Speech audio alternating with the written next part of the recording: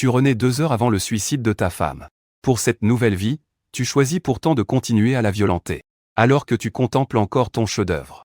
Elle, à genoux sur le sol, détourne la tête, désespérée. Tu la toises, cette femme que tu as battue à moitié morte. Pourquoi tu baisses la tête? Tu joues les victimes pour qui? Parle, ou je vais te. Ton pied se lève, menaçant son joli visage. La femme se soutient sur ses mains, sans un mot. Elle baisse la tête en silence. Tu craches par terre. Comme si sa résignation t'était devenue familière. Soudainement lassé, tu te retournes pour quitter la salle de bain. Mais, on ne sait comment, tu glisses et t'étales de tout ton long. Tombant pile à côté d'elle. L'arrière de ta tête et le carrelage font une rencontre brutale. Quelques minutes plus tard, tu te masses le crâne endolori. En la voyant, tu restes figé un instant. Qui lui a eu, murmures-tu pour toi-même. À cet instant, les rôles sont inversés, elle est à genoux, toi au sol. Même si tu es à terre. Elle n'a aucune intention de t'aider à te relever. En t'entendant prononcer son nom, la femme ne montre pas la moindre réaction. Elle continue de te fixer d'un regard glacial. Il faut dire que n'importe qui, traité avec une telle humiliation, ne pourrait afficher un visage plus amène. Tu te tiens la tête, sifflant de douleur entre tes dents. Toute une série de souvenirs depuis longtemps, enfouis refont soudainement surface. Pour résumer, tu es un malade mental sujet à des accès de folie. La plupart du temps, tu es une personne normale. C'est juste que parfois, la maladie prend le dessus. Jusqu'à la fin de tes études. Et ton mariage avec Kiryu, un an plus jeune que toi. La fréquence de tes crises n'a fait qu'augmenter. À partir de là, ta personnalité a changé du tout au tout. Non seulement tu as commencé à frapper les gens, mais tu prenais aussi un malin plaisir à humilier Kiryu, y trouvant une source de satisfaction. Ce sentiment de brutaliser ce que tu considérais comme ta chose. Ça te rend accro. À tel point que tu finis par ne plus faire la différence. Entre une crise de manie, ou si c'est toi, qui est tout simplement un pervers. Jusqu'à l'année de tes 32 ans. Kiryu, n'en pouvant plus, a fini par céder sous le poids de tes humiliations de plus en plus perverses. Elle a mis fin à ses jours en se jetant dans le fleuve. Après la mort de Kiryu, ta vie a perdu toute sa saveur. Personne ne trouvait plus grâce à tes yeux. Une existence insipide. Qui a privé tes crises de manie de tout terrain de jeu. Elles se sont peu à peu calmées. Finalement, à seulement 40 ans, tu as mis fin à tes jours dans un hôpital psychiatrique. Le monde après la mort n'est que ténèbres. Seul un grésillement incessant résonne à tes oreilles. Après un long moment, tu as enfin réussi à distinguer ce que disait cette voix qui ressemblait à un courant électrique. C'était une entité mystérieuse se présentant comme le système de défoulement.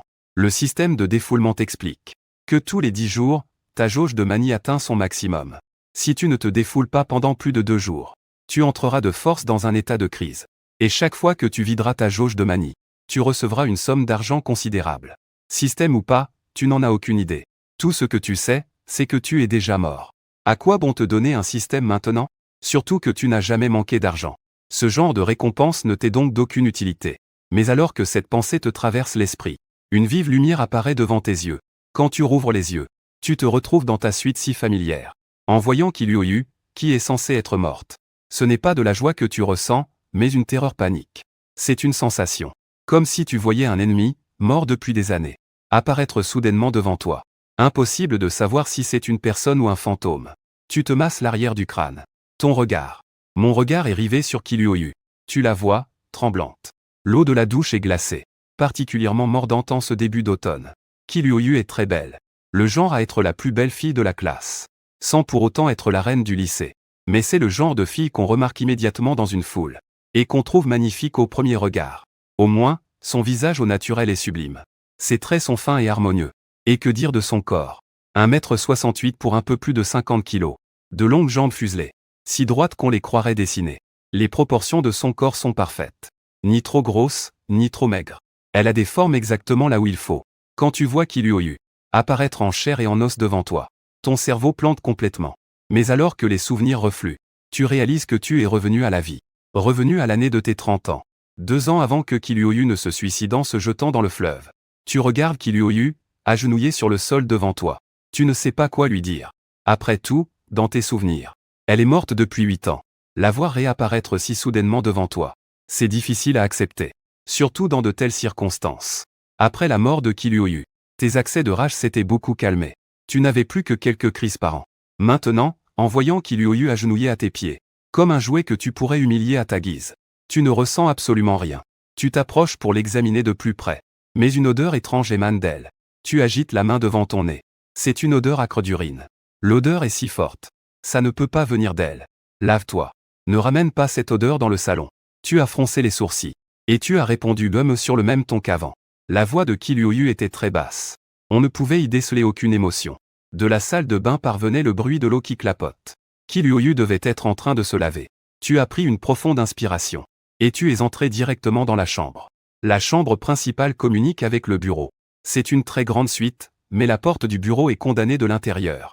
Pour entrer dans le bureau, il faut donc obligatoirement passer par la chambre principale. Le bureau est très bien insonorisé. Et les rideaux sont toujours tirés. La lumière du jour n'y pénètre jamais. Seule une suspension rétro de style occidental diffuse une faible lueur. C'est ici que, par le passé, tu chérissais les Ki Luoyu. Si mes souvenirs sont exacts. L'ordinateur sur le bureau contient encore des centaines de photos de Ki Luoyu que tu as prises toi-même.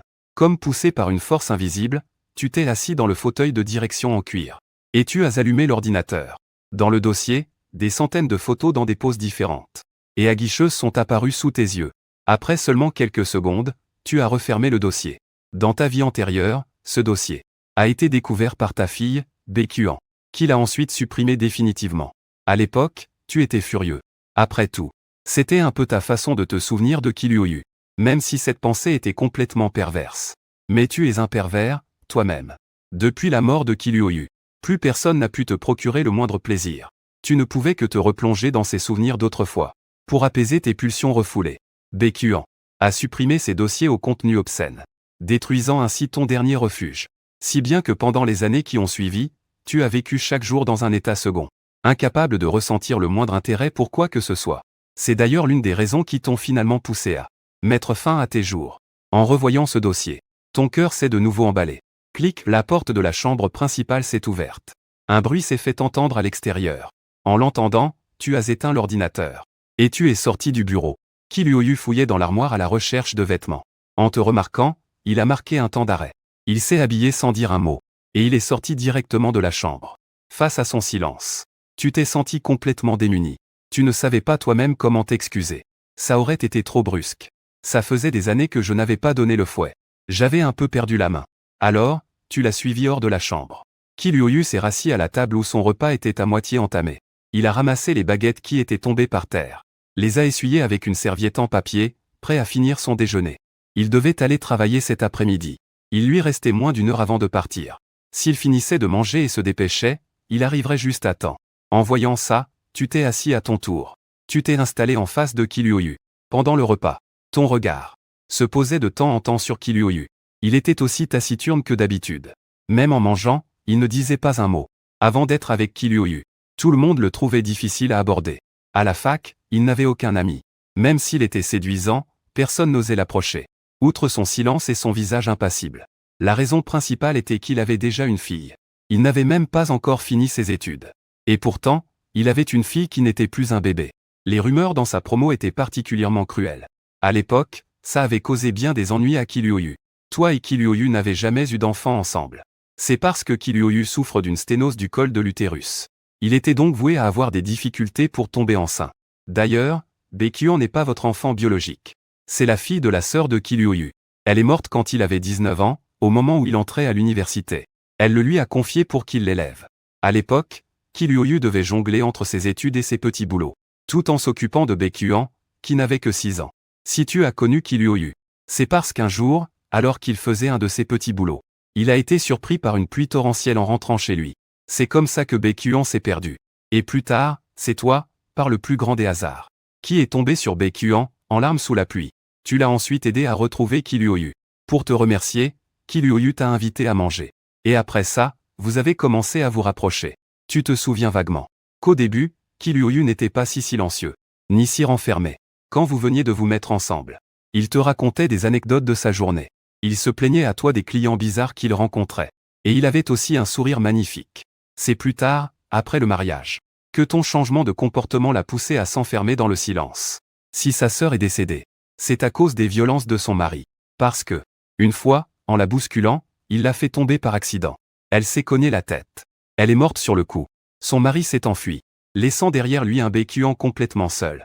Tu te souviens que lorsque tu l'as épousé, c'était aussi pour lui offrir une famille heureuse. Mais au final, c'est toi qui l'as plongé en enfer. Peut-être que depuis le tout début, tu t'es approché de Ki Luoyu avec de mauvaises intentions. Un démon s'est toujours caché au plus profond de toi. Et si tu as épousé Kiryu, c'était simplement parce que tu le trouvais sans défense et sans personne sur qui compter. Il n'avait pas d'amis, il n'aimait pas parler. C'était le genre de personne qui souffre en silence quand on le malmène. C'est pour ça que tu as choisi de te marier avec lui. Et après le mariage, tu as vite montré ton vrai visage. Pourtant, plus tard, tu as aussi pris conscience de tes erreurs. Tu as aussi ressenti de la culpabilité. En réalité, tu l'aimes, toi aussi. C'est juste que ton amour est trop passionné, trop pervers. On pourrait même le qualifier de bestial. Aujourd'hui, on t'a donné une nouvelle chance. Tu décides de le traiter avec plus de douceur. Au moins, il ne faut pas qu'il se sente désespéré. Et qu'il se suicide encore une fois devant toi. Mange un peu plus de travers de porc. Prends un peu de poids. Tu te dis qu'il faut être un peu plus gentil avec Kiryu. Tu lui mets un autre travers de porc dans son bol. Kiryu regarde le morceau dans son bol. Aucune trace de joie dans son regard. Au contraire, seulement du dégoût. Mais il le dissimule aussitôt. Tu ne le remarques pas, il garde la tête baissée. Pour t'empêcher de voir l'émotion dans ses yeux. Il met le morceau de travers de porc dans sa bouche. Il en ronge la viande. Et recrache l'os dans le petit plat à côté. En voyant Kiryu manger le travers de porc que tu lui as donné. Tu te dis que c'est un premier pas vers la réussite. Et c'est précisément ce sentiment de joie qui fait baisser ta jauge de frénésie de quelques points. Cette jauge de frénésie qui venait à peine de monter redescend d'un coup. C'est alors que tu reçois un message. Tu prends ton téléphone pour regarder. Banque Commerciale X, virement reçu de 1000 yuan. Banque Commerciale X, solde de 25 30 520 yuan et 5 centimes. D'où vient cet argent? Tu es un peu perplexe. Tu vérifies la provenance du virement. Source du virement, exutoire. Le système? Tu es un peu surpris. La voix mécanique que tu as entendue tout à l'heure était donc bien réelle. Pas étonnant que tu aies toujours eu l'impression d'avoir comme une sorte de jauge dans la tête. Tu pensais que c'était une séquelle de ta chute. En fait, ce truc, c'est vraiment cette fameuse jauge de frénésie. Tu te remémores un instant les règles que le système exutoire t'avait données. Tu fronces brusquement les sourcils. En 10 jours, la jauge de frénésie sera pleine. Au 12e jour, un exutoire sera obligatoire. Sinon, tu entreras de force dans un état de frénésie. Dès que la jauge de fureur est vidée, tu reçois la récompense en argent correspondante. Comme tu viens de te défouler, la fureur que tu as accumulée est très faible. En la vidant, tu peux quand même obtenir 1000. Si tu la laissais se remplir complètement avant de la vider d'un seul coup, tu pourrais probablement gagner beaucoup d'argent. Mais tu as largement assez d'argent en ce moment. Tu n'as absolument pas besoin de ce cumul de système de défoulement.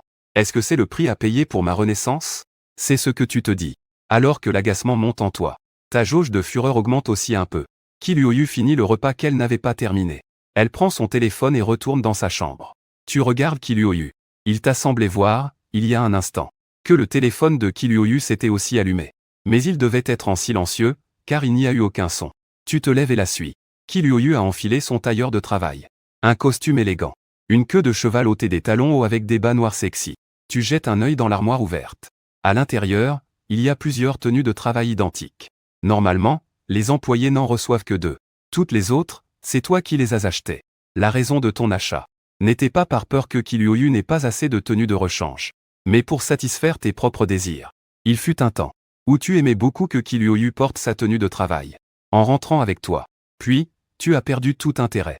Depuis, elles sont restées suspendues dans l'armoire, attendant qu'une nouvelle lubie te pousse à les lui faire porter. Kiryu te voit entrer. Elle fronce immédiatement les sourcils. Je dois aller travailler. Tu hoches la tête. Vas-y. Kiryu passe à côté de toi avec hésitation. Voyant que tu ne la retiens pas, elle se dépêche de marcher vers la porte d'entrée. Attends. Ta voix retentit soudain derrière elle. Le corps de Kiryu se fige. Hors de ta vue. Il ferme les yeux. Il prend une profonde inspiration. Ce soir, je passe te prendre après le travail. Pas la peine, voyant que tu n'as pas l'intention de t'en prendre à lui à ce moment-là, Liu pousse un soupir de soulagement. Son ton est empreint de distance. Mais il s'empresse d'expliquer que sa maison est très proche de l'entreprise. Pas besoin de venir me chercher. J'ai dit que je venais te chercher. Ton ton est devenu dur, presque instinctivement. Cette fois, Kiryu n'a plus refusé. Il peut refuser une fois, mais pas 2. S'il refuse une deuxième fois, il risque d'avoir des ennuis. Sans parler de se prendre une raclée. Il devrait au minimum s'agenouiller pour s'excuser. Après quelques secondes de silence de ta part, il a ouvert la porte et est parti. Tu regardes la porte se fermer, ressentant une certaine impuissance. Il faut vraiment employer un ton plus autoritaire pour parler à Kiryu. Sinon, il n'écoute tout simplement pas. Décidément, la douceur n'est vraiment pas dans ta nature. Kim Hyo-yu travaille dans une compagnie d'assurance. Là-bas, bien sûr, en comptant les commissions mensuelles. Il peut se faire environ 7 ou 8 000 par mois. Il est le soi-disant chef de son équipe. En théorie, un salaire d'environ 7 ou 8 000 par mois est amplement suffisant pour couvrir les dépenses quotidiennes de Kim Hyo-yu. Seulement voilà, tu ne lui donnes quasiment jamais d'argent. Toutes les dépenses du foyer sont également à sa charge. De plus, à l'époque, tu as emprunté de l'argent à un ami pour acheter la maison. Et il faut rembourser 5 000 chaque mois. C'est encore Kim Hyo-yu qui sort tout cet argent de sa poche. Chaque mois. Après avoir déduit ses frais de subsistance et ceux de sa fille. Il doit en plus te virer 5 000. Quant à cet ami dont tu parles, il ne l'a jamais rencontré en toutes ces années. Chaque mois, il doit être extrêmement économe. Pour s'assurer de ne pas dépasser son budget. Parfois, il doit même s'acharner à faire du démarchage.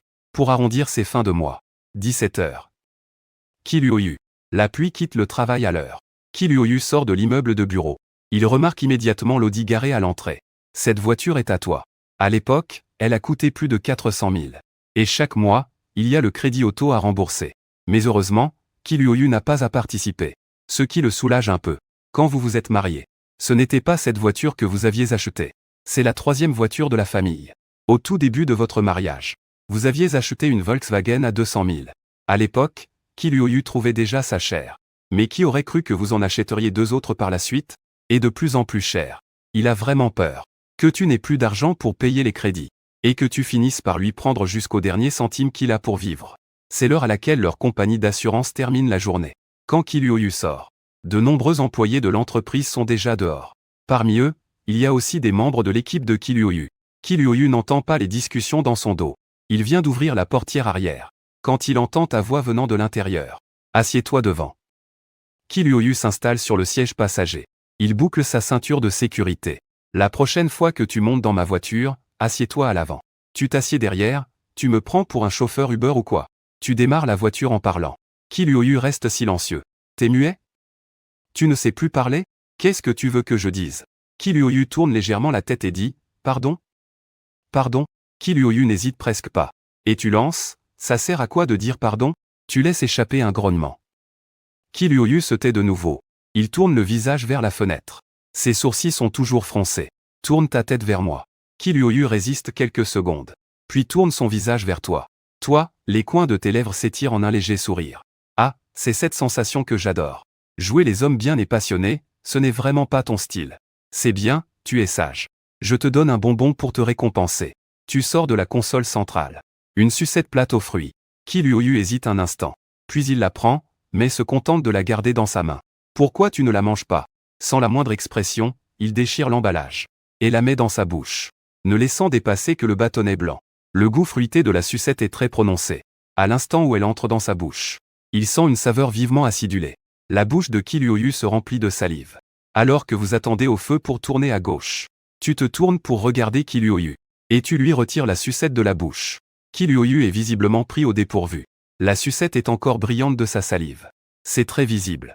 Et pourtant, toi, tu la mets dans ta propre bouche, sans la moindre répulsion. Le geste est d'un naturel déconcertant. Après l'avoir goûté, tu l'attends de nouveau à Kim Hyo-yu. Le nez de Kim Hyo-yu frémit légèrement. Il a l'air un peu réticent. Mais il se plie à ta volonté et tend la main pour la prendre. Mais tu la serres fermement dans ta main, sans lui laisser la moindre chance de la saisir. Voyant cela, Kim Hyo-yu n'a pas d'autre choix que de se pencher pour l'attraper avec sa bouche. Puis il la croque d'un coup sec. Crac. Le son est très net. Il ne reste plus que le bâtonnet dans ta main. Même si tu n'avais pas dit qu'il ne fallait pas la croquer. Son initiative t'a fortement déplu. Est-ce que je t'ai dit de la croquer? Si je la tenais, c'était pour te la donner moi-même. En entendant tes paroles, Kim Hyo-yu a l'air mal à l'aise. C'est trop dangereux ici. Tu ferais mieux de te concentrer sur la route. Il regarde autour de lui. On est en plein centre-ville ici. Et en plus, c'est l'heure de pointe. Il y a des voitures partout. Moi, je n'ai même pas peur, alors de quoi est-ce que tu as peur? Tu sors un autre chocolat de la boîte à gants. Tu le tends à Kim Hyo-yu. Cependant, à l'instant où il voit le chocolat, son visage, d'habitude impassible, commence à changer. Tiens, prends. Tu veux que je te l'ouvre? Dis-tu d'un ton brusque. Kim Hyo-yu reprend ses esprits et tend la main pour le prendre. Il déchire l'emballage et le met dans sa bouche. C'est seulement à ce moment-là qu'il remarque que la console centrale est remplie de toutes sortes de bonbons, de biscuits et de petits snacks. Il est rarement monté dans ton Audi par le passé. Mais il se souvient qu'avant, Il n'y avait normalement rien de tout ça ici. Les préservatifs qui étaient censés s'y trouver se retrouvent écrasés tout au fond. Serre-toi si tu as faim. Je les ai achetés pour toi cet après-midi. Tu n'as pas l'habitude de faire de bonnes actions en silence. Ce que tu fais spécialement pour Kiryu. Il faut évidemment que tu le dises. En entendant tes paroles, Kiryu ne se sent pas ému. Au contraire, il est parcouru de sueur froide.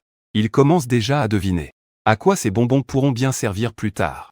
À midi, après que Kiryu est parti au travail, tu as mangé tous les plats qu'il avait cuisinés. Alors le soir, tu as emmené Kiryu dans un restaurant non loin de chez vous. Une petite auberge de cuisine traditionnelle pour le dîner. Ce restaurant n'était pas spécialement bon marché. Si vous commandiez 4 plats à 2, la note s'élèverait probablement à 100 ou 200 yuan. Vous avez trouvé une table pour 4 et vous vous êtes assis. Le serveur vous a tendu un menu. Tu y as jeté un œil. Tu as coché 2 plats au hasard. Puis tu as passé le menu à Kiryu. Kiryu a regardé les plats que tu avais choisis. Carpe à la sauce aigre douce, 68 yuan. Boulettes de porc tête de lion, 58 yuan. Poulet kung pao, 48 yuan. Porc 2 fois cuit, 48 yuan. Et un bol de soupe de travers de porc au radis, 38 yuan. Rien qu'avec ça, on est déjà à plus de 200. Kiryu tendit le menu au serveur. C'était déjà bien assez, il n'avait pas commandé tous à lui-même. Et puis, s'il commandait plus, son portefeuille n'allait pas tenir le coup. Pas besoin d'y réfléchir à 2 fois pour savoir que ce serait encore à lui de payer à la fin. Il avait combien d'argent de poche par mois? Plus de 200 yuan, c'était de quoi tenir plusieurs jours pour lui. Dépenser autant en un seul repas lui faisait mal au cœur. La seule fois de sa vie où il avait été aussi dépensier, c'était quand on était ensemble, avant notre mariage. À l'époque, on sortait manger de temps en temps. On allait se promener. Et puis, il y a eu l'achat des meubles pour le mariage. Il a toujours été plutôt économe. En attendant les plats, Kiryu était plongé dans son téléphone. Ses ongles étaient coupés très nettement, bien arrondis. Ses articulations étaient légèrement rougies. Il tapotait l'écran de son téléphone avec un rythme certain. Tu discutes avec qui? Tu poses la question à Kiryu. Il lève la tête. Le professeur de Hanan. Il me parle de la situation de Hanan à l'école. Un homme ou une femme? C'est un homme? Et tu continues de discuter avec lui? Tu hausses un sourcil. Le geste de Kiryu s'arrête net. Ce n'est pas toi qui as dit que tu ne te mêlerais pas des affaires de Hanan? Il lève les yeux vers toi. Son ton s'anime enfin. C'est le professeur de Hanan. Hanan vient de rentrer en seconde cette année. C'est la première fois qu'il est en internat. C'est moi qui lui ai demandé de garder un œil sur Hanan. Pourquoi est-ce que tu t'en mêles maintenant? Juste parce que c'est un homme? Cela faisait longtemps que Kiryu n'avait pas dit autant de choses d'une seule traite. Autrefois, s'il avait osé te questionner de la sorte, le soir en rentrant, il se serait fait corriger comme il se doit. Là, il prend visiblement le risque d'en subir les conséquences. Interrogatoire. Après tes questions, il a poussé son téléphone vers toi. Vérifie. De toute façon, tu ne passes pas ton temps à fouiller dans mon téléphone? Avant, tu ne te serais jamais inquiété de ce genre de choses. Parce que devant toi, Kiryu n'avait absolument aucun secret. Mais aujourd'hui, tu as visiblement oublié ce détail. Si tu as dit ça, c'était seulement pour parler un peu plus avec Kiryu. Pour qu'il ne soit pas si silencieux. Qui aurait cru que tu allais toucher un point sensible? Tu as pris le téléphone de Kiryu. Tu n'as pas regardé leur historique de conversation. Car tu as confiance en Kiryu, même après la façon dont tu l'as traité. Tu sais qu'il ne ferait jamais une chose pareille. Tu connais son caractère. Tu as jeté un coup d'œil distrait à son téléphone. Il y a très peu d'applications sur le téléphone de Kiryu. Si peu que tu aurais pu croire qu'il venait de l'acheter. En réalité, cela faisait déjà 3 ans que Kiryu utilisait ce téléphone. Le fond d'écran est une photo de BQ enfant. À part quelques applications exigées par son entreprise, il n'y en a qu'une seule autre. Une application de prêt assez courante. Un emprunt de quelques centaines de yuan y a été fait.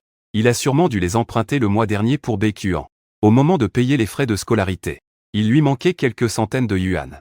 C'est pour ça qu'il a emprunté. Tu restes silencieuse. Vous êtes mariés depuis tant d'années. Et tu ne lui as jamais dit qu'en réalité, tu étais très riche. Kiryu ne te demandait pratiquement jamais d'argent. Et toi, de ton côté, tu ne lui en donnais jamais. Au point que pour quelques centaines de yuan, ils doivent passer par une application de prêt. Dans ta vie antérieure, les dizaines de millions qui dormaient sur ton compte en banque n'ont jamais servi à aider Kiryu. Jusqu'à sa mort, Kiryu a continué de rembourser ton prêt immobilier. Tu te dis que tu as été bien stupide. Tu croyais qu'en ne laissant pas Kiryu dépenser d'argent, en le maintenant constamment dans le besoin, tu pourrais le contrôler pour toujours, et le forcer à rester à tes côtés. Au final, l'autre était quand même parti à sa manière. Même s'il s'en voulait un peu. Est-ce que Bemu allait donner de l'argent à Kiryu? Bien sûr que non. Après tout, ne pas lui donner d'argent. C'était un excellent moyen de le contrôler. Et même s'il lui en donnait, il n'allait pas faire un simple virement. Ça n'aurait aucun intérêt. Bému ouvrit l'album photo de Kiluoyu. À l'intérieur, à part des photos de leur fille, Baekhyun, et quelques clichés liés au travail, il y avait aussi quelques selfies où il prenait la pose. Tous pris dans les toilettes du bureau. S'il se souvenait bien, c'était même lui qui les avait exigés. Plusieurs d'entre elles étaient des gros plans sous différents angles. On voyait bien que Kiluoyu avait voulu rester le plus pudique possible, tout en essayant de le satisfaire. C'est pour ça qu'il en avait pris plusieurs, pour au final n'en choisir qu'une à lui envoyer. Bému sélectionna toutes les photos, et se les envoya, même si elles étaient toutes très sages. Bému aimait regarder sa femme. Peu importe la photo, il aimait la regarder. Une fois le transfert terminé, Bému rendit le téléphone à Kiluoyu. Kiluoyu vit son mari, épinglé en haut de ses contacts, s'envoyer plusieurs de ses photos. Il eut un sursaut, mais ne dit rien. Comparé aux photos que Bému avait prises de lui auparavant, celle-ci était bien meilleure. Bému lui montrait les photos et les vidéos qu'il prenait de lui, et lui demandait son avis. Mais à chaque fois, il restait complètement silencieux. Car à part se taire, il ne pouvait rien faire d'autre. S'il osait émettre la moindre critique, Bému l'humilierait encore plus, jusqu'à ce qu'il finisse par dire que c'était bien. Alors face à ça, il préférait se taire dès le début. Les plats commandés par Bému sont vite arrivés. Ce restaurant de spécialité locale n'est pas mauvais du tout. Bému y avait déjà mangé plusieurs fois. La cuisine de Kiluoyu est bonne aussi. Mais c'est plus pratique de manger au restaurant. Mange un peu. Tu veux que je te serve? Voyant que les plats étaient sur la table depuis un moment, et que Kiluoyu n'y avait toujours pas touché, Bému insista et lui mit un gros morceau de poisson dans son bol. Kiluoyu, rien que de regarder tous ces plats sur la table, ça me coupe l'appétit. Comment veux-tu que je mange?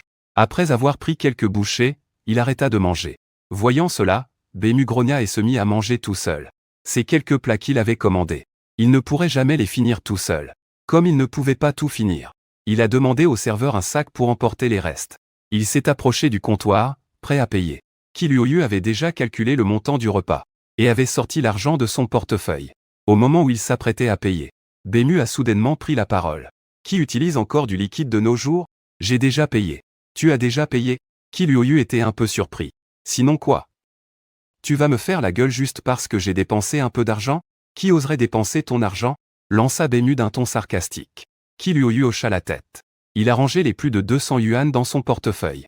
Il n'a pas prêté attention aux paroles de Bému.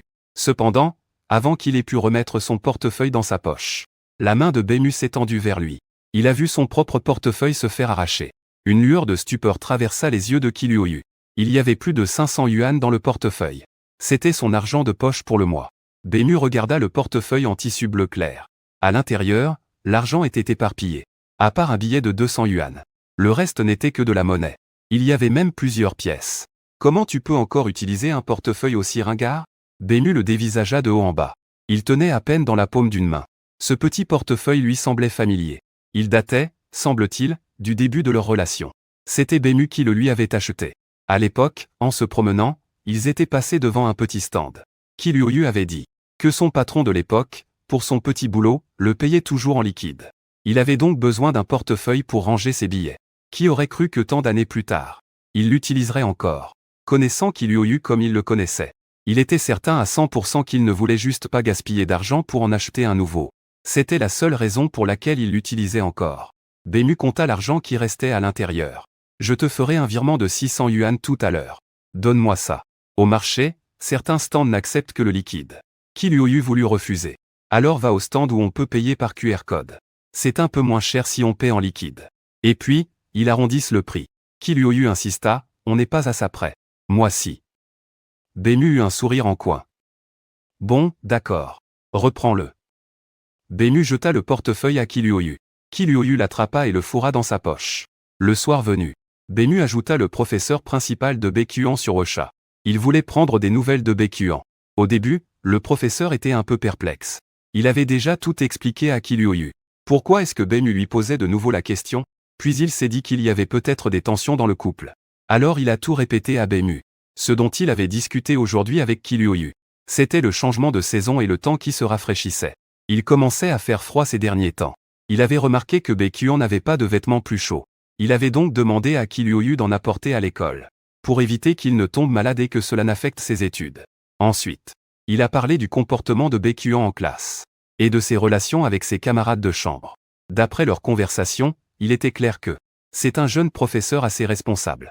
On dirait qu'il est devenu professeur principal dès sa sortie de l'université. Il a aussi des idées plutôt avant-gardistes. Il se met à la place des élèves pour communiquer avec les parents. D'ailleurs, si elle s'est suicidée dans sa vie antérieure, c'est en partie à cause de Baekhyun. Après tout, c'est elle qui l'a fait interner en hôpital psychiatrique à la fin. Au début, Baekhyun ne connaissait pas la raison du suicide de Kim Hyo-yu. Durant toutes ces années, Kim Hyo-yu non plus ne lui avait jamais parlé de ce qui se passait entre elle et Baekhyun. Elle craignait que si Baekhyun l'apprenait, cela ne perturbe ses études. Ce n'est qu'après que Baekhyun ait fini le lycée et soit entré à l'université qu'elle n'a finalement plus supporté et a choisi de se suicider en se jetant dans le fleuve. C'est plus tard, en fouillant dans l'ordinateur de Baekhyun, que Baekhyun a vu ses photos et vidéos obscènes. C'est alors seulement qu'elle a compris ce que, durant ses années de collège et de lycée, sa propre mère avait bien pu endurer. Baekhyun n'a jamais, au grand jamais, levé la main sur Baekhyun, même quand elle a supprimé sa collection précieusement gardée depuis tant d'années. Il ne lui a rien fait.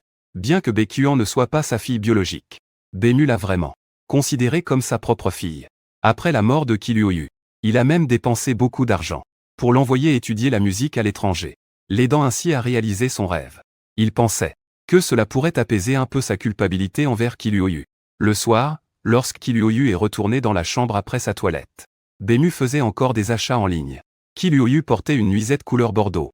La matière était très légère. Au toucher, elle était glacée et mettait particulièrement en valeur ses formes. Si cela n'avait tenu qu'à Kim Hyo-yu, elle n'aurait jamais aimé ce genre de nuisette. Mais c'est Baekhyun qui la lui avait achetée. Alors elle était obligée de la porter. Au moment où elle s'est mise au lit, s'allongeant à côté de Baekhyun, prête à se reposer, elle a vu par hasard que Baekhyun consultait un site de vente en ligne. Il ne regardait que des vêtements pour femmes. Il pensait que Baekhyun avait prévu de lui acheter des tenues un peu osées. Alors, il a jeté un œil en douce. Mais il a vite compris que quelque chose n'allait pas. Les vêtements que Baekhyun regardait cette fois-ci étaient tous des modèles pour des jeunes filles. Ça ne convenait pas du tout à quelqu'un de son âge. Qu'est-ce qu'il essaie de me dire? Il veut que je change de style? Sentant le regard de Kim Hyo-yu, Baekhyun s'est retourné. Son regard a croisé précisément celui de Kim Hyo-yu. Kim Hyo-yu a paniqué. Il a vite détourné les yeux, tournant le dos à Baekhyun. Il a fait semblant de dormir. Cependant, Baekhyun n'était pas du genre à se laisser avoir. Tourne-toi. En entendant les mots de Baekhyun, Kim Hyo-yu a su qu'il ne pourrait pas y échapper cette fois. Maudite curiosité. Pourquoi fallait-il absolument que je regarde? Il s'est retourné, la tête basse. Il avait l'air un peu nerveux. Il se demandait comment Baekhyun allait le punir. Pourtant, Baekhyun ne lui a rien fait. Au contraire, il a tendu son téléphone à Kim Hyo-yu. Tu as bon goût. Choisis quelques tenues de saison pour Hanan. C'est moi qui paie. Tu achètes des vêtements pour Hanan? Kim Hyo-yu a cru avoir mal entendu. Il lui a fallu un bon moment pour reprendre ses esprits. Bah oui, pour qui d'autre? Tu ne pensais quand même pas que c'était pour toi? Quoique, si tu en veux, ça peut se faire. Si tu es sage, j'envisagerais peut-être de t'en acheter. Non, je n'en ai pas besoin. Kim Hyo-yu ouvrit la bouche, mais n'a rien réclamé. De toute façon, les vêtements que Baekhyun achetait n'étaient pas à son goût. C'étaient toujours des tenues un peu trop provocantes. S'il était si choqué, c'était simplement parce qu'il ne s'y attendait pas que Baekhyun pense à acheter des vêtements à sa fille. Après toutes ces années de mariage, le nombre de fois où Baekhyun lui a acheté des vêtements se compte sur les doigts d'une main. Et aujourd'hui, il a soudainement envie d'acheter des vêtements à Hanan. C'est vraiment déconcertant. Mais, Kim Hyo-yu a rapidement pris le téléphone de Baekhyun. Il n'allait pas laisser passer cette chance. Car il savait que Baekhyun avait de l'argent. Même s'il ne savait pas combien. C'était largement suffisant pour acheter quelques vêtements. Et il n'allait certainement pas regretter cette petite somme. Bon, alors, je choisis moi-même? Lança Kim Hyo-yu pour le sonder. Ce n'est qu'après que Baekhyun a grogné son accord qu'il s'est senti enfin complètement rassuré. Même s'il se doutait que cette soudaine envie de Baekhyun d'acheter des vêtements à Hanan n'était certainement pas sans arrière-pensée. Mais il n'y pouvait rien. S'il avait une idée derrière la tête, grand bien lui fasse. Il n'aurait qu'à le supporter lui-même. Il commençait à faire froid. Et Hanan avait vraiment besoin de vêtements plus épais. Lui-même n'avait plus d'argent. Il devait donc saisir cette occasion. Alors, tout en tournant le dos à Baekhyun, blotti dans ses bras pendant que celui-ci avait les mains baladeuses, il continuait de tenir le téléphone à deux mains, choisissant les articles un par un. Ce genre d'occasion était rare. Il devait choisir avec soin. Qui sait quand la prochaine se présenterait? Chérie, tu sens tellement bon. Baekhyun respirait le parfum de Kim Hyo-yu, l'air complètement enivré. Il a enfoui son visage dans les cheveux de Kim Hyo-yu, savourant cette chaleur et cette odeur qu'il n'avait pas sentie depuis si longtemps. Kim Hyo-yu jeta un coup d'œil à Baekhyun du coin de l'œil. Aujourd'hui, il était bien plus doux que d'habitude. On dirait qu'il est de très bonne humeur. Pourtant, ce midi, il avait l'air exécrable. Très étrange. Je peux aussi acheter quelques produits du quotidien pour un an, pensa Kiryu, songeant à sa fille qui venait d'entrer au lycée. C'est son premier séjour à l'internat. Il y avait plein de choses qu'il n'avait même pas pensé à acheter. Alors il a de nouveau demandé à Bému. Après tout, puisque ça allait être une épreuve, pourquoi ne pas essayer d'en obtenir un peu plus? Ajoute au panier tout ce que tu veux acheter. Je paierai tout à la fin. Bému n'a pas levé la tête. A-t-il simplement dit d'un ton neutre. Kiryu a hoché la tête, son regard restant fixé sur l'écran du téléphone. Après avoir obtenu l'accord de Bému, Kiryu a commencé à choisir des articles pour sa fille. Même si c'était Bému qui payait, il comparait quand même les prix pour choisir le moins cher. Ce qui a considérablement ralenti ses achats. Ceux qui ont l'habitude d'acheter en ligne le savent bien. Le temps passe très vite quand on fait du shopping. Pendant ce temps, Bému serrait tranquillement Kiryu dans ses bras, en silence. Ce sentiment, c'était comme retrouver un trésor qu'on pensait avoir perdu. Un mélange de nostalgie et d'apaisement. Son souffle chaud se posait sur la clavicule de Kiryu. Bému, les yeux mi-clos, passa sa main derrière la nuque de Kiryu, pour que sa tête repose sur son bras. Cette tente n'est pas mal. On en achète une pour un an? Bému montrait du doigt une tente cartoon à plus de 300 yuan. C'est trop cher. Et puis, à cette période de l'année, il n'y a plus de moustiques. Pas la peine d'acheter une tente. Une tente, ce n'est pas une moustiquaire. C'est pour préserver son intimité. Bému a tendu la main et l'a ajoutée au panier. Kiryu a marqué une pause. Si Anan est la seule à en avoir, on ne va pas penser qu'elle a du mal à s'intégrer. Achetons-la d'abord, on verra après. Elle décidera elle-même si elle veut l'installer ou non. Ce n'est que 300 yuan. Quel gâchis. Tu sais pourquoi Laozi a écrit le Tao Te King? Parce qu'il en avait envie. Kiryu connaissait cette blague depuis longtemps. Eh bien voilà. Kiryu resta sans voix. Bému mordilla l'épaule lisse de Kiryu, tout en lui disant. Alors, quand j'achète des choses pour Anan, tu pourrais arrêter de râler, d'accord? Kiryu sentit une pointe de jalousie. Il ne savait pas ce que Bému avait derrière la tête. Jusqu'à présent, envers Baekuan, Bému avait toujours eu une attitude assez laxiste. Il ne s'était presque jamais occupé de lui. Mais le seul point positif, c'était qu'il ne mêlait jamais leurs problèmes à la vie de Baekuan. Donc, aux yeux de Baekuan, ils étaient tout au plus un couple qui ne s'entendait pas bien. Et non pas comme maintenant, où leur relation était totalement inégale. Compris. Bému se mit à rire. Dans la salle de bain, Kiryu s'aspergea le visage d'eau, pour se rafraîchir un peu les idées. Quand il en sortit, Bému était déjà endormi. Il regarda les applications en arrière-plan sur le téléphone de Bému. Il y en avait 2 d'ouvertes au total. Une application de shopping. Et l'appareil photo. Le panier d'achat avait été entièrement vidé. Et dans la galerie, il y avait quelques nouvelles photos de lui. Il avait d'abord pensé qu'après le shopping, Bému lui ferait quelque chose. Mais contre toute attente, Bému n'avait rien fait du tout. Il lui avait juste demandé de prendre quelques poses. Puis l'avait pris en photo. Concernant le fait que Bému aimait la photographie, il l'avait toujours su. Bému avait fait partie du club photo à l'université. Et il y avait aussi à la maison plusieurs appareils dont il ne connaissait même pas le prix. Comparé aux photos qu'il prenait avant, celle que Bému venait de prendre était bien plus sage. Pour Kiryu, ce genre de punition, ce n'est même pas une punition. Le lendemain matin, à 7h30, Kiryu s'est levé et a préparé le petit déjeuner. Avec une habitude bien rodée, il a réveillé Bému. Cependant, ce dernier ne s'est levé qu'à 8h. Kiryu a jeté un œil à l'heure. Après s'être lavé les mains, il a disposé le petit déjeuner et s'est préparé à sortir. Au moment où il enfilait ses talons hauts pour partir, Bému l'a interpellé. Depuis un casier dans l'entrée, Bému a sorti les clés de la Volkswagen. Quand ils se sont mariés, il en avait spécialement acheté une blanche, parfaite pour Kiryu. C'est aussi pour cette raison qu'il avait rapidement changé de voiture. Avec une voiture, plus besoin de s'entasser dans le bus pour aller au travail. Kiryu a regardé les clés de la Volkswagen qu'on lui tendait. Il a secoué la tête. Pas la peine. Pour moins de 2 km, je n'ai pas besoin de voiture. L'essence chaque mois, c'est aussi de l'argent. Il ne voulait pas gaspiller. Bému a percé à jour ses préoccupations. Il a plissé les yeux. Il était assis sur une chaise, à la table. Il a pointé le sol devant lui. Viens là. Accroupis-toi. Kiryu a pincé les lèvres. Il a retiré ses talons hauts et s'est avancé, sans même enfiler de chaussons. Ses pieds, gainés de bas noirs, étaient en contact direct avec le sol. Il est arrivé devant Bému et s'est accroupi. Ses yeux étaient fixés sur les pieds de ce dernier. Sans surprise, la seconde d'après, Bému a tendu la jambe et l'a projetée au sol d'un coup de pied. Il s'est réceptionné sur les mains, les bras derrière lui. Il a levé la tête pour regarder Bému. Son visage était dénué de toute expression. De toute évidence, il était habitué à ce genre de traitement de la part de Bému. Bému a laissé échapper un grognement. Il a appuyé son pied sur son épaule. Puis il a jeté les clés de la Volkswagen sur lui. Si je te dis de la conduire, tu la conduis. Pourquoi tu discutes? Contente-toi de m'obéir, c'est tout. C'est moi qui m'occuperai de l'essence. À partir d'aujourd'hui, tu prendras la voiture pour tous tes déplacements, compris? Kiryu baissa la tête et acquiesça d'un pomme. Un sourire se dessina sur les lèvres de Bemu. Il se pencha sur ses lèvres et y déposa un baiser. C'est bien, mon garçon. Va travailler, maintenant. Il lui tapota la tête. Kiryu se pinça les lèvres. Il ajusta son uniforme. Puis se leva, enfila ses talons hauts et sortit sans un regard en arrière. Comme s'il ne voulait pas rester ici une seconde de plus. Bemu s'adossa à sa chaise, les yeux mi-clos. Il était d'excellente humeur. Au départ, il pensait que, après toutes ces années à se sentir si coupable envers Kiryu, il serait plus doux avec lui cette fois-ci. Mais il faut croire que chassé le naturel, il revient au galop. Si vite. Il était de nouveau devenu accro au plaisir de tourmenter Kiryu. Toutes les émotions refoulées pendant tant d'années pouvaient enfin être libérées. Mais cette fois, il avait retenu la leçon. Cette fois, il allait faire en sorte que Kiryu finisse par aimer ça, petit à petit. Qu'il partage ce plaisir avec lui. Durant les années qui ont suivi la mort de Kiryu, il avait compris qu'il l'aimait. Et même s'il appréciait ce plaisir sans limite, il préférait encore plus que Kiryu soit en vie et en bonne santé. Dans le parking souterrain, Kiryu trouva leur place de parking. Comme Bemu avait acheté 3 voitures.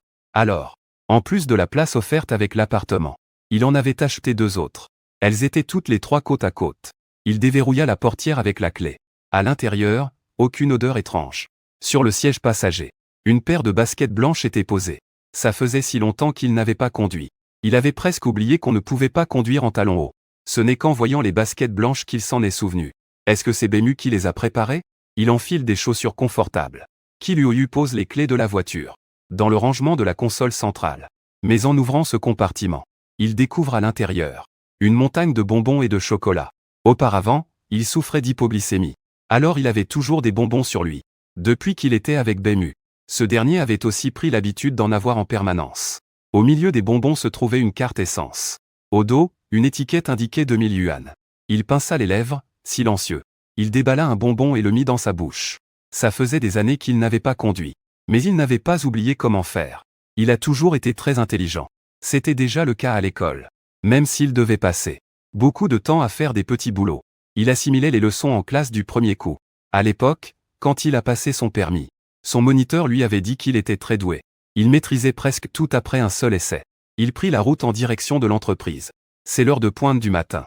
Les embouteillages sont inévitables. Mais le trajet ne fait que 2 kilomètres. Donc les bouchons ne durent pas longtemps. D'habitude, le bus est aussi pris dans le trafic. Et en plus, dans le bus, il fait une chaleur étouffante et ça sent mauvais. C'est vrai que c'est bien plus agréable de conduire sa propre voiture. Au pied de l'immeuble, il y a un parking réservé aux employés. Kiryu gara sa voiture dans le parking. Au moment de descendre, il tomba sur un membre de son équipe. « Chef, vous êtes venu en voiture aujourd'hui ?» En voyant Kiryu, ils étaient un peu surpris. Ne vous fiez pas au fait qu'ils appellent Kiryu chef. En réalité, aucun d'entre eux n'avait beaucoup de respect pour lui. Après tout, se faire diriger par quelqu'un qui gagne moins qu'eux, et qui n'a aucune relation. Ils étaient déjà un peu mécontents à la base. Surtout que Kiryu avait pris la grosse tête. Il les salua d'un bonjour impassible. « Chef, vous avez acheté cette voiture quand? On ne vous avait jamais vu la conduire avant. » demanda un membre de l'équipe en chemise blanche. « C'est vrai, elle n'a pas l'air neuve. C'est une occasion ?» fit un autre collègue en souriant. Répondit sobrement Kiryu. « C'est une voiture de famille. Je ne l'avais simplement pas utilisée avant. Ce modèle doit dater d'il y a plusieurs années, non? Chef, pourquoi avoir acheté un modèle aussi ancien? » Un troisième se frotta le menton, tout en examinant la voiture de Kiryu. Achetée il y a 6 ans. Kiryu n'avait pas très envie de discuter avec eux. Pourtant, ils continuèrent de poser leurs questions sans se gêner. Hier, chef, on vous a vu monter dans une Audi. Si cette voiture est à vous, l'autre ne doit pas être la vôtre, n'est-ce pas? Kiryu fronça les sourcils. En quoi ça vous concerne? Vous n'avez pas de travail? Les quelques collègues ricanèrent. On est juste curieux, c'est tout. Après tout, on voit rarement une Audi faire le VTC. Quel VTC? Kiryu était un peu perplexe. C'est la voiture de mon mari. Il est venu me chercher hier. Autre chose? Sinon, poussez-vous. Après avoir dit ça, il n'attendit même pas qu'ils s'écartent d'eux-mêmes. Il les bouscula pour passer, et se dirigea vers l'immeuble de la société. Voyant Kiryu s'éloigner, les autres se mirent aussitôt à jacasser. C'est vrai, ça? L'Audi d'hier, c'est aussi une voiture de la famille du chef? Franchement, c'est bien possible. Comment ça, possible? On n'a jamais vu le mari du chef venir le chercher avant. Et puis le type d'hier, ce n'était peut-être même pas son mari. Tu veux dire que Kim Hyo-yu sortit de l'ascenseur et arriva à l'étage de son entreprise. La jeune réceptionniste la salua. « Bonjour, Madame Ki. »« Bonjour », répondit Kim Hyo-yu avec un sourire. « Vous avez l'air de bonne humeur aujourd'hui, Madame Ki. »« Ça va », dit Kim Hyo-yu, son sourire s'effaçant. Elle se dirigea directement vers son bureau. À peine assise à sa place, une collègue de son équipe s'approcha et lui dit « Chef d'équipe, le superviseur veut vous voir. » « Qu'est-ce qui se passe ? » « Je ne sais pas, mais on dirait que c'est assez important. »« D'accord, j'y vais. » Kim Hyo-yu se leva et se dirigea vers le bureau du superviseur. À l'intérieur du bureau, le superviseur était au téléphone. En voyant entrer Kim Hyo-yu, il lui jeta un regard froid et la laissa attendre sur le côté. Il ne raccrocha que quelques minutes plus tard. « Monsieur le superviseur, vous vouliez me voir ?» Le superviseur, un homme corpulent, posa son téléphone et s'affala dans son fauteuil de direction. Il laissa échapper un grognement. « Où étiez-vous hier soir ? Je suis passé vous voir après le travail. Pourquoi n'étiez-vous pas à votre poste ?» Kim Hyo-yu fronça légèrement les sourcils. L'air perplexe, elle répondit « Après le travail, je suis rentré chez moi. »« Chez vous ? Mais d'habitude, vous restez toujours au bureau, non ? Pourquoi êtes-vous parti justement hier ?» Le superviseur frappa sur la table. L'air irrité. « Je vous vois tous les jours rester tard au bureau, à faire des heures supplémentaires, alors j'ai pensé vous donner une chance. Alors, hier, j'avais organisé une rencontre avec le proviseur du lycée numéro 1 de Echi. Et je voulais vous y envoyer. Et le résultat ? Impossible de vous trouver. Je vous ai envoyé un message, aucune réponse. Alors, expliquez-moi un peu. Non seulement vous avez fait perdre son temps au proviseur, mais vous avez aussi gâché tous les efforts que j'ai faits pour vous. » En entendant les paroles du superviseur, Kim Hyo-yu, il fronça inconsciemment les sourcils. « Alors ? Chef, si je comprends bien. Je suis resté volontairement faire des heures supplémentaires. Mais parce que je ne l'ai pas fait un seul jour. Le problème est soudainement devenu ma faute ? Bien sûr que ce n'est pas ta faute. Alors c'est la mienne, peut-être ? En tant que chef d'équipe du département des ressources humaines, tu devrais avoir le courage d'admettre tes erreurs. Compris ? Le réprimanda le superviseur d'un ton faussement mielleux. Kim Hyo-yu plissa les yeux. Il comprit que son supérieur essayait de lui faire porter le chapeau. Son regard se durcit. Je n'accepte pas. Ce n'est pas ma faute. Kim Hyo-yu ne voulait pas porter ce chapeau. Que tu acceptes ou non, ça n'a aucune importance. J'ai déjà dit à la direction que tu étais entièrement responsable de cette affaire. Le superviseur eut un sourire suffisant. Le visage de Kim Hyo-yu s'assombrit. Alors, vous êtes vraiment décidé à me faire endosser la responsabilité ? Endosser la responsabilité ? Je te donne une chance, voilà tout. Le superviseur était d'un culot monstre. Bon, qu'est-ce que vous attendez de moi, maintenant ? Voyant que Kim Hyo-yu en venait enfin au fait. Le superviseur adoucit un peu le ton. Étant donné que tu n'as jamais commis d'erreur auparavant, je ne vais pas te tenir rigueur pour l'incident d'hier. Je vais te donner une seconde chance. Ce soir, je vais de nouveau prendre rendez-vous avec le proviseur du lycée numéro 1. Tu n'as qu'à réussir à négocier le contrat d'assurance avec le lycée numéro 1. Et tout sera oublié. Et si je n'y arrive pas ? Kim Hyo-yu se mordit la lèvre inférieure. Si tu n'y arrives pas ? Eh, alors tu pourras faire tes valises et partir. Le superviseur eut un ricanement glacial. Kim Hyo-yu serra les dents. Un sentiment d'injustice le rongeait. J'ai compris. Pas mal ? Ces quelques actions ont une très belle croissance. Chez lui, Bemu regardait les actions qu'il avait achetées la veille. En à peine une journée, il a gagné plus de 2 cents. 1000. Et ce, en n'ayant investi qu'un peu plus de 2 millions. Grâce aux souvenirs de sa vie antérieure. Il se souvient des tendances boursières. Avec une précision incroyable. Même s'il ne peut pas être précis au jour près. Il connaît parfaitement les tendances générales. Avec les souvenirs de sa vie antérieure. Et plus de 20 millions de fonds. Il n'a absolument pas besoin d'un quelconque système de défoulement. D'ailleurs, à la fréquence à laquelle il tourmente Kim Hyo-yu, il n'y aurait jamais de passage forcé. En état de frénésie. Cependant, le système de défoulement n'est pas totalement inutile. Il lui a trouvé une utilité plutôt intéressante. C'est-à-dire qu'il peut entrer volontairement en état de frénésie. Une fois dans cet état de frénésie, son corps atteint un niveau surhumain. Il peut courir plus vite que Bolt. Et soulever plus lourd qu'Eddie Hall. Dépassant complètement les limites humaines. C'est comme activer le mode berserk dans un jeu. Au début, il pensait que c'était le prix à payer pour sa renaissance. Mais en fin de compte, c'est un avantage pour lui. Quant au fait que ses émotions deviennent incontrôlables, ce n'est même pas la peine d'en parler.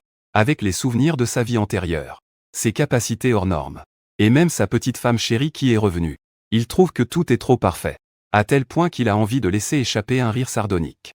Il jeta un coup d'œil à la localisation de Bemu sur son téléphone. Songeur. Tu ne rentres pas à la maison après le travail? Tu as un rendez-vous professionnel? Marmonna-t-il. Puis, il sortit une oreillette de son tiroir. De l'oreillette provenait la voix du côté de Qiluoyu, le proviseur de Yizong, Zhao Linqian. Il plissa les yeux en songeant à Bemu, le proviseur de l'école Anan. Ce vieux chauve a une certaine valeur. Je suis désolé. Mais notre école a déjà trouvé une meilleure option. Dans la loge VIP d'un hôtel. Zhao Linqian, le proviseur du lycée Yizong, rejette sans ménagement la proposition de Qiluoyu. Monsieur le proviseur, je vous en supplie, reconsidérez votre décision. Les garanties que je vous propose à titre personnel sont sans aucun doute les meilleures de toute la ville de Heshi. Qiluoyu tente d'insister une dernière fois. Mais l'attitude de Zhao Linqian est inflexible.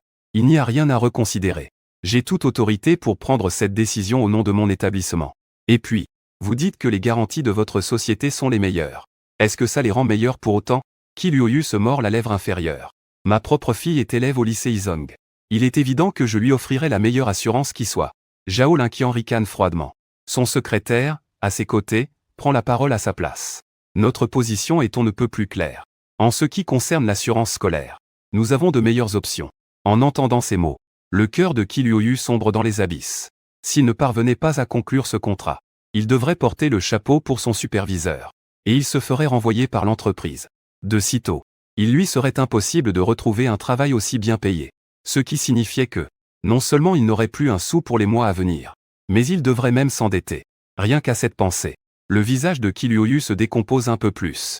À côté, son superviseur ne cessait d'adresser des sourires serviles à Zhao Linqian, tout en accusant Qiluoyu d'être maladroit, de ne pas savoir s'exprimer, et de ne même pas penser à proposer un verre. Il s'apprêtait à lever son verre, quand le téléphone de Zhao Linqian se met soudainement à vibrer en face de lui. En voyant le nom qui s'affiche sur son téléphone, l'expression de Zhao Linqian change légèrement. Il répond ensuite à l'appel. Il se met à chuchoter, la main devant le micro. Après avoir raccroché, il s'est montré obséquieux envers Qiluoyu et le superviseur. Laissez ma secrétaire s'occuper de vous. Proviseur Zhao, ne vous dérangez pas. Ne vous occupez pas de nous. Le superviseur faisait le malin devant Qiluoyu. Mais face au proviseur Zhao, il était doux comme un agneau.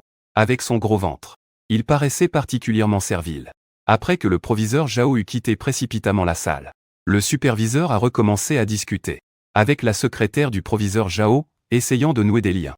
Même face à la secrétaire du proviseur Zhao, le superviseur restait très prudent.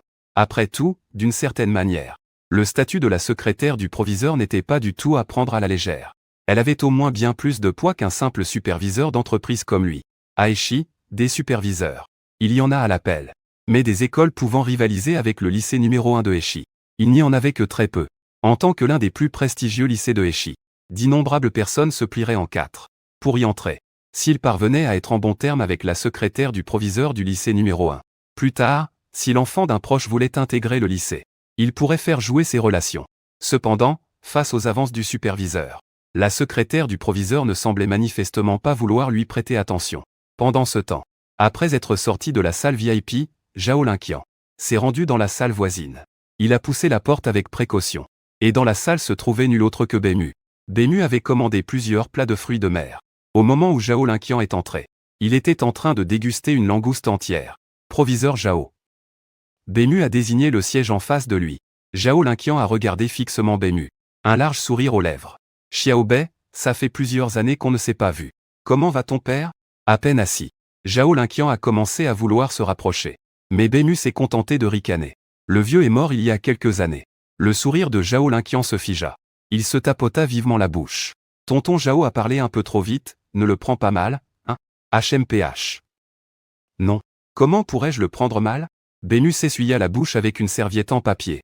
Ses yeux, lançant un éclat doré et perçant, fixaient Zhao Linqian. Ce n'était en apparence qu'un regard des plus banals. Mais il glaça Zhao Linqian jusqu'aux os. En principe, il n'aurait pas dû être si terrifié face à un gamin. Mais voilà, des années plus tôt, le père de ce dernier était un caïd du milieu. Bien que plus tard, à cause de la campagne anti-gang, il se soit reconverti dans le bâtiment. La réputation redoutable de son père, elle, n'avait pas disparu. Zhao Linqian était de la même génération que le père de Bemu. Ils avaient même été camarades de classe. À l'époque, il s'était fait corriger plus d'une fois par lui. Même après être devenu proviseur du lycée Yizong, il n'avait pas pu éviter d'avoir affaire à lui. Les laboratoires et la bibliothèque actuelle de Yizong, par exemple, c'est encore lui qui les a construits. Bref, revenons à nos moutons. Si je vous ai fait venir aujourd'hui, c'est que j'ai affaire à vous. Dit Bému d'un ton neutre. Dis-moi. Si tonton Zhao peut t'aider, il fera de son mieux. Zhao Linqian déglutit instinctivement. Ce qui le préoccupait le plus, c'était ce que son interlocuteur avait dit au téléphone tout à l'heure. Et ce n'est pas moi qui ai besoin de votre aide. C'est vous qui avez besoin de la mienne.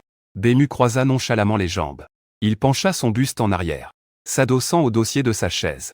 Zhao Linqian serra les dents. Petit Bé, arrête de me faire tourner en bourrique. Qu'est-ce que tu sais au juste sur cette affaire? Si tu comptes te servir de ça, pour me forcer la main, dis-le franchement. Mais je ne ferai rien d'illégal, je te préviens.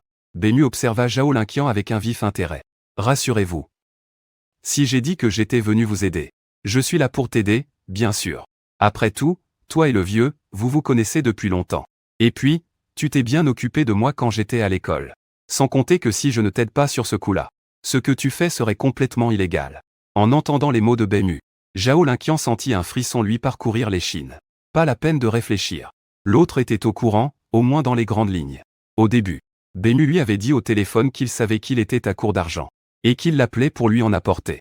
À l'origine, il pensait que l'autre avait simplement entendu dire par quelqu'un qu'il empruntait de l'argent à droite et à gauche. Mais maintenant, il était évident que non seulement il savait qu'il était à court d'argent, mais il savait aussi pourquoi il en manquait, et ce qu'il avait fait pour s'en procurer.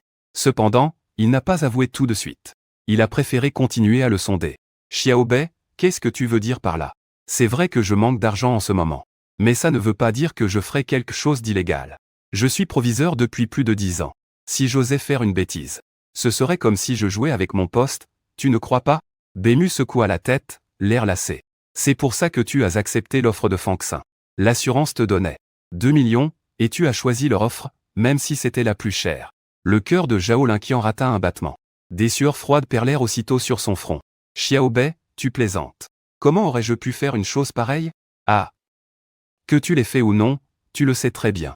Si cette affaire venait à s'ébruiter, tu devrais probablement dire adieu à ton poste. On te trouverait une petite place là-dedans. Bému ricana froidement.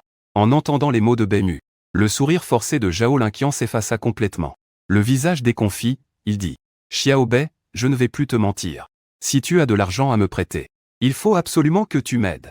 La raison pour laquelle il manquait d'argent, c'est parce qu'avant ça, pour l'entreprise de son beau-frère, il avait accepté d'être le représentant légal. Mais il ne s'attendait pas à ce qu'après la faillite de l'entreprise, l'autre prenne la fuite. Il a même bloqué le numéro de sa propre sœur. Si bien que tous les créanciers se sont retournés contre lui. Il a emprunté tout l'argent qu'il pouvait. Mais au final, il lui manquait encore 2 millions. Cette assurance, Fang Xin, n'est pas une très grande compagnie d'assurance. En théorie, si notre lycée devait changer de compagnie d'assurance, on ne les aurait jamais choisis. Mais ils ont appris je ne sais comment, qu'il était justement à court d'argent. Alors ils lui ont fait cette proposition. Il suffisait qu'ils choisissent leur compagnie. Zhao Linqian a longuement hésité, et a finalement décidé de les choisir, abandonnant la compagnie d'assurance où travaillait Qiluoyu. Quant aux explications que Zhao Linqian lui a données, Bému ne les a pas toutes gobées. Comment un homme qui est proviseur depuis plus de 10 ans pourrait-il accepter si facilement de devenir le représentant légal pour quelqu'un d'autre? Cette histoire est sans doute plus compliquée que ça. Et puis, qui sait si l'assurance Fang Xin, en plus des 2 millions, ne lui a pas promis autre chose? Il n'en savait rien. Dans sa vie antérieure, après l'arrestation de Zhao Linqian, seules ces informations avaient été révélées. Au cours de ces 10 dernières années, avait-il fait d'autres choses du même genre? Impossible de le savoir. Ce qui est certain, c'est que Zhao Linqian manque cruellement d'argent en ce moment. Tout ce que Zhao Linqian venait de dire a été entièrement enregistré par Bému. Il a posé son stylo à l'allure très high-tech sur la table. Puis, il a tendu une carte. Je te le répète. Tu es un vieil ami de mon père après tout. Si je ne t'aide pas, qui le fera? Il y a 2 millions dessus. Ça devrait suffire à régler votre problème le plus urgent. Bému croisa les mains. Un sourire se dessina au coin de ses lèvres. Zhao Linqian jeta un œil au stylo sur la table. Des sueurs froides perlèrent sur son front. Il était soulagé de ne pas avoir dit quoi que ce soit de trop compromettant. Les mains tremblantes, il prit la carte sur la table. Si Bému était au courant pour lui et l'assurance Fang Xin, qui sait ce qu'il pouvait bien savoir d'autre? Même si Bému était Xiao Bei, il ne pouvait s'empêcher de ressentir une pointe de peur. Voyant Zhao Linqian prendre la carte bancaire, Bému lui fit signe qu'il pouvait partir. Face à Bému, Zhao Linqian sentit un frisson d'horreur le parcourir. Il n'avait qu'une hâte, partir sur le champ. Mais alors qu'il s'apprêtait à ouvrir la porte pour sortir, la voix de Bému retentit de nouveau derrière lui. La femme avec qui vous avez discuté aujourd'hui, c'est ma femme. Monsieur Zhao, je vous demanderai de bien veiller sur elle. Zhao Linqian marqua un temps d'arrêt. Soudain, il comprit tout. Il venait enfin de comprendre. Pourquoi Beimu était venu le trouver. Alors c'était donc ça, le fin mot de l'histoire. Zhao Linqian retourna dans le salon VIP voisin. Qi Luoyu était sur des charbons ardents depuis un bon moment. Chaque minute de plus qu'il passait ici lui glaçait le sang. C'était comme attendre qu'un juge prononce sa condamnation à mort.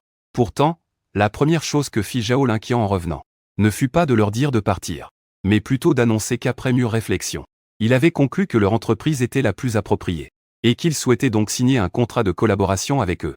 Ce revirement de situation fit passer l'humeur de Qi Luoyu de l'abattement à l'euphorie en un instant. Jamais il n'aurait imaginé qu'une affaire qui semblait déjà condamnée puisse connaître un tel retournement de situation. Sur le coup, ses gestes pour sortir le contrat de sa mallette devinrent maladroits et précipités. Prends ton temps, ne te presse pas. Un large sourire illuminait le visage de Zhao Linqian. Même son visage, d'habitude si sévère, était devenu beaucoup plus aimable et chaleureux. C'était comme s'il regardait l'un de ses propres protégés. Cette soudaine cordialité de la part de Zhao Linqian mit Qi Luoyu un peu mal à l'aise. Après avoir tendu le contrat à son interlocuteur, il retourna s'asseoir à sa place. La signature du contrat qui a suivi s'est également déroulée sans accroc. Après que Zhao Linqian a jeté un simple coup d'œil au contrat, il a apposé sa signature. En sortant de l'hôtel, Qi Luoyu avait encore l'impression de rêver. Et, mon petit Qi, tu as fait du bon travail aujourd'hui. Tout à l'heure, le directeur Zhao t'a même félicité personnellement. Si ce contrat a pu être signé avec succès aujourd'hui, c'est en grande partie grâce à toi. Je vais faire un rapport à la direction pour vanter tes mérites. Qi Luoyu fit un geste de la main, indiquant qu'il n'avait pas besoin de s'attribuer ce mérite. Pas besoin d'être devin pour savoir que son chef n'aurait jamais une si bonne intention. Il ne faisait que dire des politesses pour la forme. Et je suis quelqu'un de juste, moi. Je rends à chacun ce qui lui est dû. N'est-ce pas? Le chef bomba son gros ventre. Mais si aujourd'hui tout s'est déroulé si facilement, et que nous avons pu signer ce contrat, c'est surtout grâce à moi. Après tout, si je n'avais pas communiqué avec le plus grand respect avec le directeur Zhao et sa secrétaire, le directeur Zhao n'aurait jamais changé d'avis, pas vrai? Il s'attribua de nouveau tout le mérite. Qi Luoyu se contenta de sourire sans rien dire. Le chef se racla la gorge et cessa de se vanter. Bon, il se fait tard. Raccompagne-moi. C'est sur ta route, de toute façon, non? Il envoya sa localisation à Qi Luoyu. Qi Luoyu fronça légèrement les sourcils, un peu à contre-cœur. Surtout quand il a vu où habitait le directeur. L'un habitait au nord, l'autre au sud. En quoi c'était sur sa route? Comment ça, tu refuses? Le directeur haussa un sourcil, les bras croisés sur sa poitrine. Et son ton se fit plus grave. Qi Luoyu se sentit impuissant. Après ce qu'il venait de dire, que pouvait-il faire d'autre? L'incident d'aujourd'hui était clos, pourvu que ça n'aille pas plus loin. Cependant, quand il vit deux personnes sortir de l'hôtel, il resta figé sur place. Le directeur suivit son regard, et il tomba sur Zhao Linqian, qui était pourtant parti avant. À ses côtés se tenait un jeune homme. Ils avaient l'air très proches. En effet, lorsque Zhao Linqian parlait à ce jeune homme, le sourire qu'il affichait, comparé à celui qu'il lui avait adressé, était radicalement différent. L'un était si franc que les rides de son visage ressortaient. L'autre n'était qu'un sourire de façade, à peine esquissé. Bien qu'il ne sût pas d'où venait ce jeune homme, en apercevant Zhao Linqian, le directeur s'empressa aussitôt de s'avancer vers lui. Directeur Zhao, je croyais que vous étiez déjà parti. Comment se fait-il que vous sortiez après moi? Le directeur affichait un large sourire, plissant les yeux au point qu'on ne les voyait presque plus. L'apparition soudaine de quelqu'un. Zhao Linqian fronça légèrement les sourcils. Mais en reconnaissant l'homme avec qui il avait discuté du contrat plus tôt, il se détendit un peu. J'ai envoyé mon secrétaire, Xiao Wang, chercher la voiture. Un problème?